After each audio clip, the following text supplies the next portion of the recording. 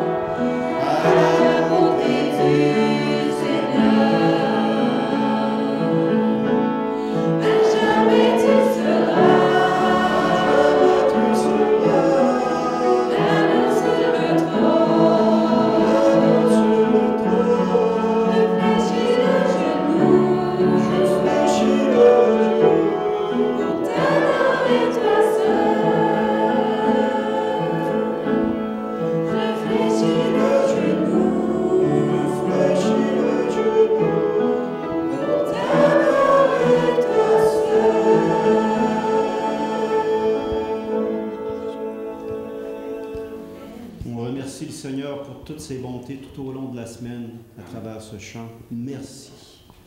D'un cœur reconnaissant. Merci.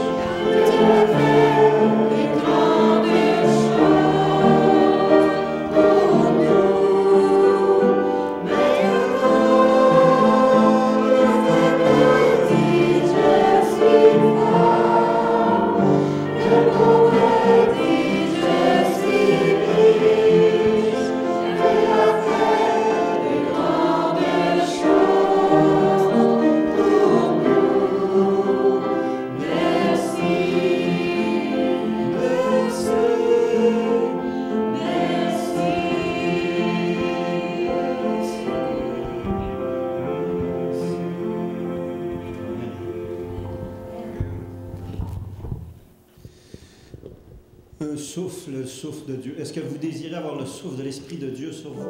Amen. Amen. Chantons de tout cœur, souffle.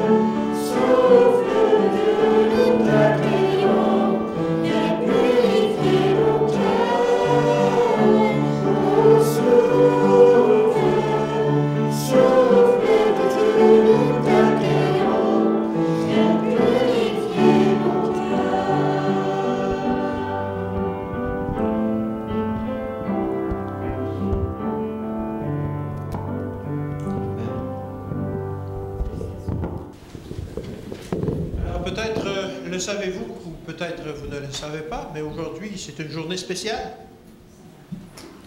C'est, au niveau de l'Église adventiste mondiale, c'est la journée de l'éducation.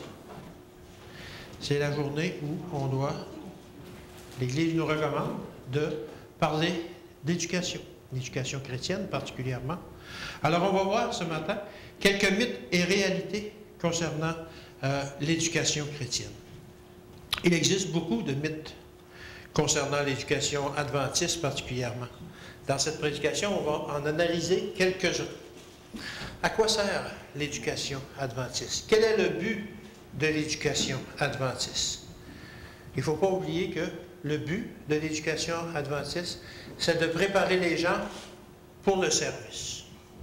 C'est ça qui est le but. Comme on a lu tout à l'heure dans Psaume 127 au verset 1, « Si l'Éternel ne bâtit la maison, ceux qui la bâtissent travaillent en vain. Si l'Éternel ne garde la ville, celui qui la garde veille en vain. » Alors ça s'applique aussi pour nos écoles, pour nos enfants, pour leurs éducations. Il y a un sondage qui a été effectué dans plusieurs églises à un moment donné pour savoir si les adventistes, bien entendu, étaient prêts à supporter une école que l'on projetait de bâtir dans la région. Alors, il y avait plusieurs questions à ce sondage-là. On va examiner particulièrement les questions qui ont été posées et les réponses qu'une personne anonyme a données. Alors, combien d'enfants avez-vous dans chaque groupe d'âge? 1 an à 8 ans, il y en avait un. De 9 ans à 12 ans, il y en avait 2. Donc, cette personne-là avait 3 enfants. Indiquez combien d'enfants vous avez dans chacune de ces institutions. Les écoles adventistes, aucun. Les écoles publiques, 3. Donc, ces 3 enfants allaient dans l'école publique. Combien d'élèves enverriez-vous dans une école adventiste si vous en aviez l'occasion? Aucun. Cette personne-là n'avait aucunement l'intention d'envoyer ses enfants dans une institution adventiste. Seriez-vous prêt à déménager pour vous rapprocher d'une école adventiste? Pas du tout. Quels sont vos revenus familiaux? Cette personne-là gagnait entre 55 000 et 80 000 $, donc il était quand même assez à l'aise. Seriez-vous prêt à aider à financer un projet de construction d'une école adventiste? Noé. Il n'était pas prêt. Il ne voulait pas. Non. Avez-vous des commentaires supplémentaires qui pourraient être utiles au comité de construction? Et le monsieur, la personne, elle a fait des commentaires, effectivement. Qu'est-ce qu'elle a dit? L'éducation offerte dans les écoles adventistes est limitée et de piètre qualité. Ils ont besoin de meilleurs professeurs et de plus d'équipements. L'école publique est offre une meilleure éducation et mes enfants seront mieux préparés pour affronter la vie en y allant. Quoique je reconnaisse que la religion est importante, je pense qu'elle devrait être enseignée par les parents et par l'Église. Alors, c'était cette perception-là que cette personne-là avait de l'éducation adventiste. On va analyser un peu tout ça pour voir si cette personne-là a raison ou non. Je vous rappelle le psaume 127 au verset 1. Si l'Éternel ne bâtit la maison, ceux qui la bâtissent travaillent en vain. Si l'Éternel ne garde la ville, ceux qui la gardent veillent en vain. On pourrait dire la même parole pour nos enfants, ou pour l'école. Si l'Éternel ne bâtit l'école, ou si l'Éternel ne veille sur les enfants, celui qui bâtit ou celui qui veille, bâtit en vain ou veille en vain. On va analyser un peu les réponses que le monsieur a données. Premièrement, il avait dit que, dans ses commentaires, l'éducation fournie dans les écoles adventistes est une éducation de piètre qualité. Il disait que c'était pas très de bonne qualité.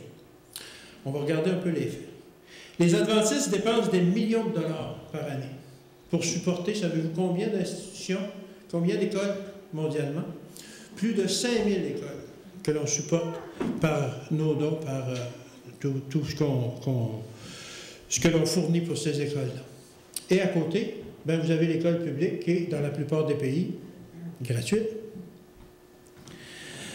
Alors, pourquoi est-ce qu'on paye pour envoyer nos enfants dans les écoles adventistes? C'est bien certain que les écoles adventistes, ils font face à de nombreux problèmes, de nombreuses limitations parfois. Et aussi, ils font face à des défis immenses. Pour n'en citer quelques-uns, là, tu vas sûrement être d'accord avec nous, c'est ce qu'on vit ici. Les écoles adventistes, souvent, sont de petite taille. On doit avoir des classes multiniveaux. C'est difficile. On a peu de budget. On manque d'équipement. Le coût de l'éducation est élevé. Je pense qu'on vit tout ça ici, particulièrement dans notre école.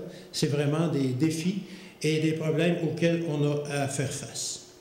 Mais est-ce que cela résulte en une moins bonne éducation que celle faite par le privé, par le public? Je ne pense pas. Pas nécessairement. Il nous faut savoir, premièrement, qu'est-ce que c'est que l'éducation. N'oublions pas que l'éducation chrétienne, comme le dit Ellen White, elle dit ceci: la vraie éducation est un développement harmonieux entre le mental, le physique et le spirituel. Ça, on est sûr que c'est offert dans nos écoles. On n'est pas nécessairement sûr que c'est offert dans l'école publique. Il y a plusieurs études. On n'est pas les premiers à s'interroger, à savoir quelle est la différence entre l'école publique et l'école chrétienne ou l'école adventiste. Il y a plusieurs études sérieuses qui ont été faites pour savoir justement quel niveau d'éducation on donnait dans les écoles adventistes et les écoles publiques. On a comparé, bien entendu, principalement l'académique, parce que le spirituel, il n'y a pas beaucoup de gens qui vont s'intéresser à ça pour comparer ça. Mais au niveau académique, qu'est-ce qu'on a rencontré dans différentes études? Je pourrais vous en citer 4 différentes études qui ont été menées aux États-Unis principalement.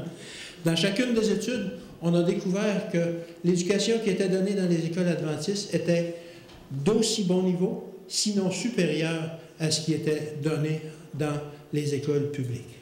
Donc, au niveau académique, on n'a pas à se plaindre, on n'a pas à dire que l'éducation est de moins bonne qualité, malgré tous les défis que l'on a à faire face, comme on en a parlé plus tôt. l'éducation offerte dans nos institutions est toujours au moins égale, sinon supérieure à ce qui est donné au niveau public. La principale différence de qualité qui est donnée dans nos écoles, c'est que dans nos écoles, on ne forme pas les jeunes pour la vie, mais on les forme pour l'éternité. C'est ça qui est la différence principale dans la formation que l'on donne dans nos institutions au lieu de dans les institutions publiques. Un autre mythe, peut-être que le monsieur avait souligné, ils ont besoin de meilleurs professeurs et de plus d'équipements, mais prenons principalement qu'il disait que les écoles adventistes ont besoin de meilleurs professeurs. On va illustrer ça par une histoire. Un journal raconta, il y a quelques années, qu'un corps avait été découvert dans une chambre d'hôtel et c'était celui d'un jeune homme dans la trentaine qui s'était suicidé. Sur une commode à côté, il avait laissé une note, c'était un peu son testament. Et ça disait ceci. « Je laisse à la société un mauvais exemple. Je laisse à mes amis le souvenir d'une vie perdue. Je laisse à mon père et à ma mère toute la peine que leur vieil âge peut leur permettre de supporter. Je laisse à mon épouse un cœur brisé et à mes enfants le souvenir d'un père alcoolique qui s'est suicidé. Je laisse à Dieu une âme perdue qui a insulté sa grâce. » La Bible dit dans Proverbe 22 au verset 6, « Instruis l'enfant selon la voie qu'il doit suivre, et quand il sera vieux, il ne s'en détournera pas. » Peut-être que cette personne-là n'avait pas reçu l'instruction qu'elle aurait dû recevoir. Il avait peut-être gradué dans une célèbre université parce qu'il semble que c'était une personne très, très en vue, très, très hautement placée, malgré son jeune âge. Mais il y a quelque chose qui ne lui avait pas été enseigné. Il était incapable de comprendre que Dieu l'aime inconditionnellement. Que peu importe quelle est l'amplitude du problème qu'il vit, il y a une solution. Que si nous confessons nos péchés, Dieu est fidèle et juste pour nous les pardonner. Que durant les moments de profond désespoir, il y en a un qui ne nous laisse jamais tomber, c'est Dieu. Dieu ne nous laisse jamais tomber. Qu'après la mort vient la résurrection. Et qu'un jour, chacun devra se tenir devant Dieu pour le jugement. Alors, peut-être que dans une institution chrétienne, on aurait mis l'emphase là-dessus. Peut-être qu'on aurait mis moins l'emphase sur les résultats académiques, que cette personne-là était très, très douée pour, mais qu'il aurait pu apprendre ça et que sa vie n'aurait pas été un fiasco tel qu'il l'a décrit dans son testament qu'il a laissé dans la chambre d'hôtel. Il est évident que ce jeune homme, bien qu'il ait été scolarisé, manquait de jugement moral et spirituel. La beauté de notre système d'éducation, c'est qu'il aide à développer les valeurs morales et spirituelles des élèves. C'est là-dessus qu'on met l'emphase. C'est le but premier de l'éducation adventiste. Aussi, il faut noter que chacun de nos professeurs est formé pour cela. Bien qu'ils soient formés académiquement pour bien enseigner, ils sont aussi formés pour cela, pour justement aider les enfants à développer leur spirituel et leur morale, avoir une morale élevée et une bonne spiritualité. Le vrai défi des éducateurs adventistes, selon Ellen White, c'est de restaurer dans l'homme l'image du Créateur. C'est ça le défi des enseignants adventistes. C'est ça leur mission première, de restaurer dans l'élève, dans l'homme, l'image de son Créateur. C'est cela la vraie mission de nos professeurs. Ça ne se limite pas seulement à enseigner le français, les mathématiques ou les sciences, mais c'est de restaurer dans l'élève, dans l'enfant, l'image de notre Créateur. L'éducation, ce n'est pas de les amener à graduer des grandes universités de ce monde, aussi prisées que cela soit vis-à-vis des employeurs, etc. L'éducation, ce n'est pas d'en faire un génie des mathématiques, bien que cela, c'est très, très bien vu de par le monde. C'est pas d'en faire un spécialiste des fusées qui va construire des avions ou des fusées qui vont aller sur d'autres planètes, bien que cela soit très très bien vu aussi devant le monde. L'éducation, c'est pas d'en faire un magicien de l'informatique, bien que ce soit très très utile pour le monde, mais c'est plutôt de restaurer en eux l'image de leur Créateur, l'image de leur Dieu, l'image de notre Dieu. C'est ça le but, c'est ça le défi des éducateurs adventistes. Les éducateurs adventistes doivent être conscients de leur mission, qui est d'amener des jeunes âmes dans une relation de salut avec leur Dieu. C'est ça le principal but de l'éducation adventiste.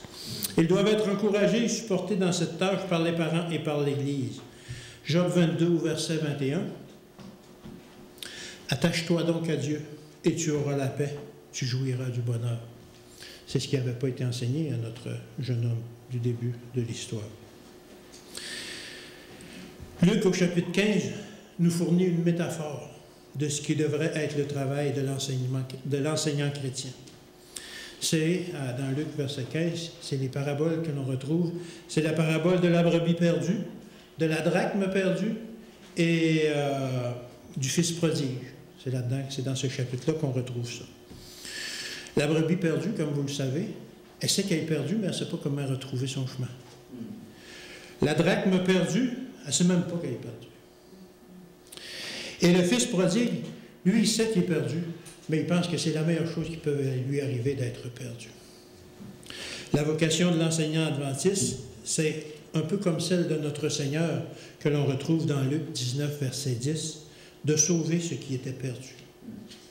En utilisant l'éducation adventiste, ces enseignants doivent aider à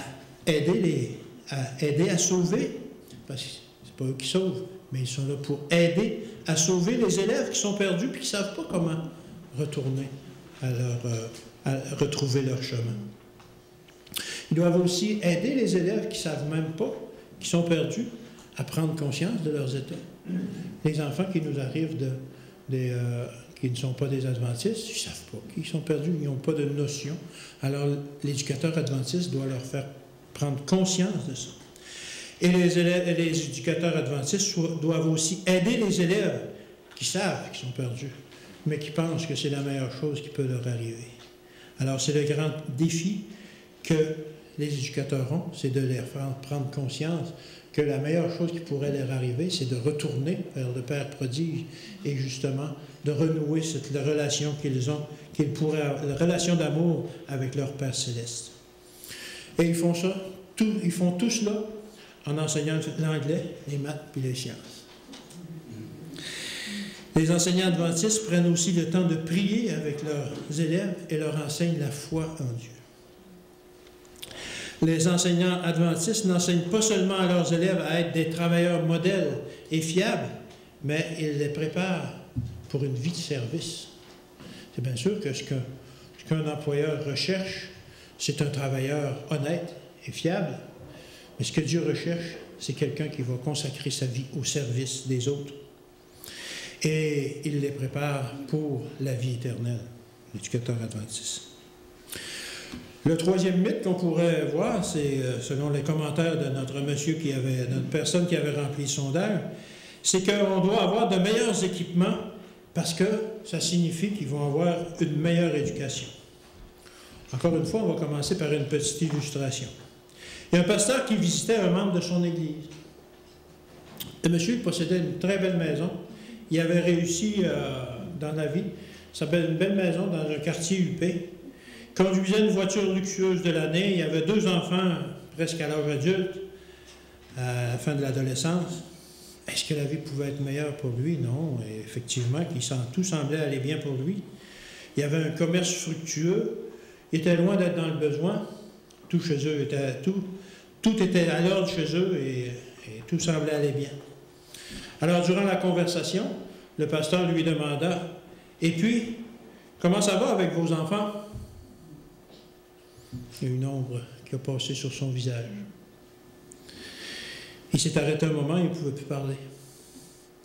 Il a pris une grande inspiration, et puis comme les larmes commençaient à couler sur son visage, il a dit au pasteur, « Vous savez, pasteur, s'il y avait quelque chose que je pouvais changer dans ma vie, s'il y avait une décision que j'ai prise à un moment donné que je pourrais revenir dessus, ce serait justement une concernant mes enfants. Il y a plusieurs années, j'ai retiré mes enfants d'une école adventiste, d'une école chrétienne. Je pensais que ma fille trouverait particulièrement un milieu de vie mieux équipé dans les écoles publiques. Je pensais qu'avec tous les équipements, les laboratoires bien équipés, les équipements de sport, etc., les locaux avec plein d'espace, qu'elle serait mieux équipée pour affronter la vie lorsque viendrait le moment. Mais ça a été une erreur. Quelques années plus tard, après qu'elle a commencé l'école à l'école publique, elle est venue me voir et elle m'a dit qu'elle ne voulait plus aller à l'église. Que ça ne semblait pas faire de sens de croire en Dieu et qu'elle en avait assez de toutes ces affaires-là d'adventisme. Alors c'est ce que l'école publique lui avait enseigné. Alors le monsieur, il dit, on n'a même plus de culte familial. Ma famille est détruite à cause de cela. Plusieurs parents mettent l'emphase sur des écoles bien équipées, sur des classes high-tech. Mais cependant, ce n'est pas ça qui fait la qualité d'une éducation. La qualité d'une éducation, c'est ce dont on nourrit les esprits des enfants qui sont en classe, qui est vraiment important. C'est beaucoup plus important que le reste. Alors, il faut nourrir leur esprit, il faut leur enseigner, mais il faut nourrir leur esprit avec le spirituel, justement, pour leur enseigner la relation avec Dieu. Si l'éducation consiste à préparer les jeunes pour cette vie, alors nous sommes assurément les plus misérables. 1 Corinthiens 15, verset 19. Si c'est dans cette vie seulement que nous espérons en Christ, nous sommes les plus malheureux de tous les hommes. C'est dans la Bible. Si la réussite de l'éducation est mise seulement sur l'obtention de bons résultats académiques, alors je peux comprendre que certains parents mettent l'emphase sur une école avec des bons équipements, des bons laboratoires bien organisés et des locaux plus vastes. Par contre, si l'éducation est, comme le dit Ellen White, un harmonieux développement entre le mental, le physique et le spirituel, alors une école avec de plus grands équipements ne signifie pas automatiquement qu'ils atteindront ce but. Souvenez-vous du verset du début, Psaume 127 au verset 1. « Si l'Éternel ne bâtit la maison, les ouvriers travaillent en vain. Si l'Éternel ne garde la ville, ceux qui la gardent veillent en vain. » Les parents doivent se souvenir de cela lorsqu'il est question de leurs enfants. Autrement dit, qu'est-ce que Dieu veut pour nos enfants? C'est quoi qu'il veut? Dieu ne veut pas leur succès. Dieu il veut leur sincérité. Et le succès va venir après. Dieu ne veut pas leur réussite. Dieu veut leur obéissance. La réussite va venir après. Dieu ne veut pas leur talent. Dieu veut leur engagement. Et par leur engagement, ils vont développer leur talent. Dieu ne veut pas leur possession. Dieu, il veut leur passion. Il veut des gens qui sont passionnés pour lui, qui veulent avancer. Et ils auront après des possessions. Dieu ne veut pas leur beauté, il veut leur bon comportement. Autrement dit, il veut la beauté du cœur. Dieu ne veut pas leur cerveau, il veut leur cœur. Dieu ne veut pas leur connaissance, il veut leur loyauté. La connaissance viendra après. Dieu ne veut pas de leur habileté, il veut leur ambition. Il veut des jeunes qui aient de l'ambition et les habiletés viendront par l'après. Dieu ne les veut pas pour la vie, il les veut pour l'éternité. Dieu il ne les veut pas sur cette terre, il les veut au ciel. C'est ça que Dieu veut pour nous. Et c'est par l'éducation, en grande partie, que cette formation-là vient pour nos enfants et pour nous-mêmes aussi. Un autre mythe, le mythe numéro 4, l'école publique prépare mieux les jeunes à faire face au vrai monde. C'est peut-être vrai, voyons voir. On va illustrer ça encore une fois par une petite histoire. Un jour, alors qu'il venait d'aller coucher sa petite fille, il l'entend crier, effrayé, « Papa, papa, viens enlever le gros chat qui est en train de me lécher la figure. » Mais papa, on n'a pas de chat ici. Fait qu'il accourt dans la chambre, et qu'est-ce qu'il voit? Un gros tigre qui est en train de lécher la figure de sa petite fille. Hey! Il retourne dans sa chambre, il prend son fusil, il l'arme, il revient, il tire sur le félin saute par la fenêtre, blessé, il s'en va. Avouez que vous avez de la misère à croire à mon histoire. Il semblerait que c'était un tigre qui s'était échappé d'un cirque. Mais bon, que cette histoire soit vraie ou pas, c'est pas ça l'important. Elle va me servir à illustrer, justement, qu'est-ce qui est le plus dangereux. M'aider à illustrer une situation. Que vous croyez à mon histoire ou pas, il y a bien pire qu'un tigre qui est en train de lécher le visage de votre petite fille, c'est de voir vos enfants affronter le vrai monde. C'est encore bien plus effrayant que de voir un gros chat un tigre en train de lécher son visage. Ce sera encore bien plus terrifiant quand vous allez voir vos enfants, justement, devoir affronter le vrai monde s'ils ne sont pas préparés. Qu'est-ce que c'est le vrai monde aujourd'hui? Qu'est-ce que c'est le vrai monde au Québec? Qu'est-ce que c'est le vrai monde au Canada? Bien, dans le vrai monde au Canada, il y a 31 avortements par 100 naissances. Et la majorité de ces avortements-là sont subis par des jeunes. Dans notre vrai monde au Québec, il y a 3600 fugues par année. Et la majorité sont faites par des jeunes. Dans le vrai monde au Québec, il y a 1100 suicides par année. Et la majorité sont faits par des jeunes. Dans notre vrai monde au Québec, il y a plus de 1000 personnes qui sont internées chaque année. Et la majorité sont des jeunes qui souvent ont pris de la drogue ou ont subi toutes sortes de choses et ça se ramasse en internement. Dans notre vrai monde au Québec ou au Canada, la consommation d'alcool et de drogue est courante dans notre vrai monde. Et les jeunes y sont le plus exposés. Et les jeunes viennent de plus en plus accrochés rapidement à ces choses-là, à ces drogues et à l'alcool. Alors c'est ça le vrai monde aujourd'hui. Peut-être que ce serait moins dangereux de voir un gros chat lécher la figure de votre enfant que justement de les voir affronter ce vrai monde-là sans préparation.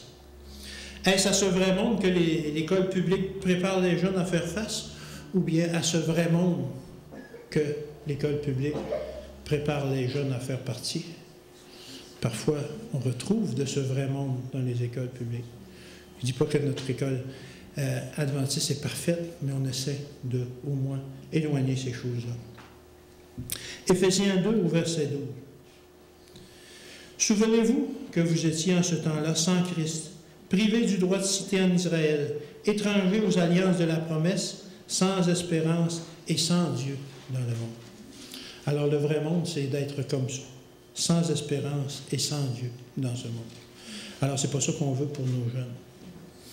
Il existe vraiment un mythe concernant l'école, une école qui prépare le mieux à faire face, les élèves à faire face au vrai monde. Et le mythe, c'est de dire que l'école publique prépare mieux les jeunes pour faire face au vrai monde. C'est pas de dire que c'est les écoles chrétiennes qui ne préparent pas bien les jeunes. Pour faire face au vrai monde, qu'est-ce qu'un jeune devrait avoir? Un sens de vraie valeur morale. C'est ça qu'ils ont besoin. Un sens de vraie valeur morale. Une capacité de choisir entre le bien et d'éviter de faire le mal. C'est ça que les jeunes ont besoin pour faire face au tigre qui veut leur lécher le visage. Ils ont besoin d'un sens de moralité à toute épreuve. Ils ont besoin de dignité ainsi qu'un sens de l'honneur irréprochable. On a besoin pour faire face au vrai monde de se tenir droit, de savoir qui on est et justement de tenir ferme dans nos convictions. Ils ont besoin d'une conviction morale à toute épreuve, telle que ça nous est présenté dans la Bible par différents exemples. On peut en voir quelques-uns. Joseph, dans Genèse 39 au verset 9. « Comment ferais-je un aussi grand mal et pécherais-je contre Dieu? » C'est ce qu'il a dit. « Comment ferais-je un aussi grand mal et pécherais-je contre Dieu? » Devant la tentation, il dit, « Je ne peux pas faire ça. Je ne peux pas faire ça. C'est pas dans moi. Je ne peux pas faire ça. » Esther, dans Esther 4 au verset 16, quand elle a dit, « OK, je vais y aller. Si je péris, je périrai. Mais ma mission, c'est ça. Je dois l'accomplir, coûte que coûte. » Elle était prête. Elle se tenait debout. Daniel 1 au verset 8, Daniel résolut de ne pas se souiller par les mains du roi et par le vin dont le roi buvait.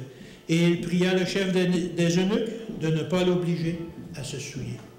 Daniel avait été formé dans sa jeunesse que c'était comme ça qu'on devait se nourrir, c'était comme ça qu'on gardait la santé, et Daniel était ferme dans ses convictions.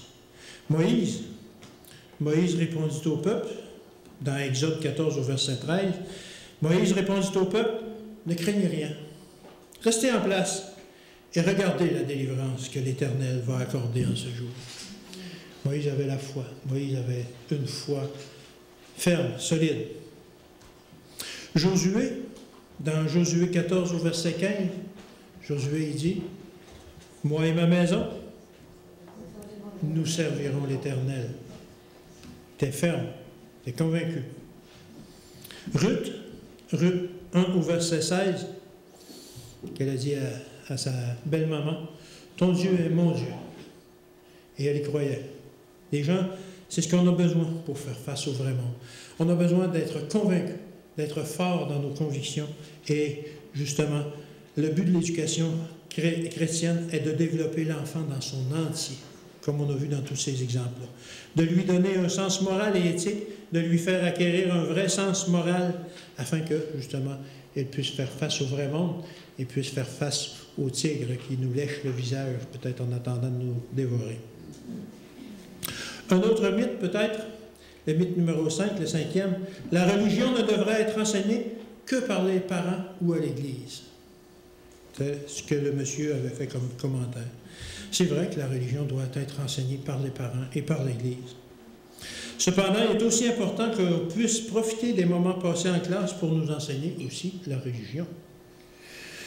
Plus que cela, l'école est une place privilégiée où l'enfant peut vivre son christianisme. À moins que l'on soit convaincu que pour nous, les adultes, être chrétien, c'est le sabbat matin. Et puis que le reste de la semaine, on oublie tout ça. Si c'est comme ça, je peux comprendre que c'est ce qu'on veut pour nos enfants. Bon, à l'église ou à la maison, on va leur en parler de temps en temps. Mais si pour nous, adultes, on est convaincus que le christianisme se vit à tous les jours, à chaque jour de notre vie, à chaque moment, et que l'on soit au travail, que l'on soit à la maison, que l'on mange, que l'on soit au gym, que l'on fasse des activités physiques où on est en train de vivre notre christianisme, ben c'est la même chose pour les enfants. L'école est aussi une place où les enfants peuvent et doivent vivre leur christianisme. Qu'est-ce que vous préférez qu'on enseigne à vos enfants à l'école? Est-ce que vous voulez qu'on leur enseigne le christianisme ou est-ce que vous voulez que les enseignements qu'on leur enseigne s'inspirent de la philosophie de Rousseau ou de Platon? Ou est-ce que vous préférez peut-être Kant ou Hegel? C'était des grands philosophes. Ou bien est-ce que vous voulez que ce qu'on leur enseigne s'inspire de la manière de Francisco Ferrer, qui a enseigné l'enseignement libertaire? Probablement pas, je suis sûr. C'est pas ça que vous voulez qu'on leur enseigne. Quoi qu'il en soit, tout parent qui a à cœur la formation de son enfant devrait regarder l'enseignement chrétien comme une bénédiction. Aujourd'hui, ce qu'enseignent les écoles publiques aux enfants, c'est quoi? C'est le scepticisme, c'est l'idéalisme philosophique, c'est l'humanisme, c'est le narcissisme, l'athéisme, l'agnosticisme. Il en fait beaucoup déisme. Moi, ce que je préfère qu'on enseigne à mes enfants, c'est le christianisme. La tâche n'est pas facile pour nos professeurs. Les attaques viennent de partout, les besoins sont grands, les défis sont immenses. Il faut supporter nos enseignements, il faut supporter nos institutions, justement, pour que nos enfants puissent bénéficier de cet enseignement-là qui va faire d'eux des gens qui vont être formés pour la vie et pour l'éternité. Amen. Chantons d'un cœur pour l'Éternel.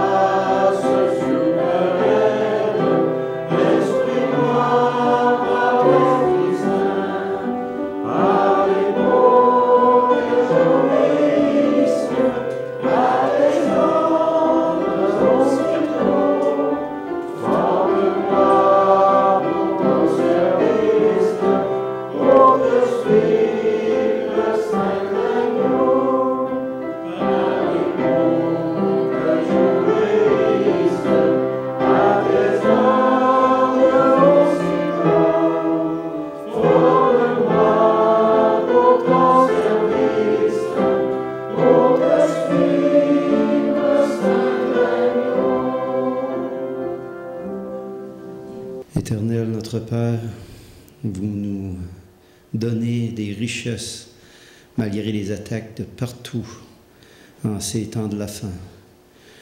Daigne de bénir, Éternel, cette école qui réside sous ce toit et de placer fermement dans le cœur de chacun des parents qui ont des enfants dans cette école de toujours placer les priorités aux bons endroits, que d'instruire nos enfants pour qu'ils puissent servir votre gloire pour l'éternité.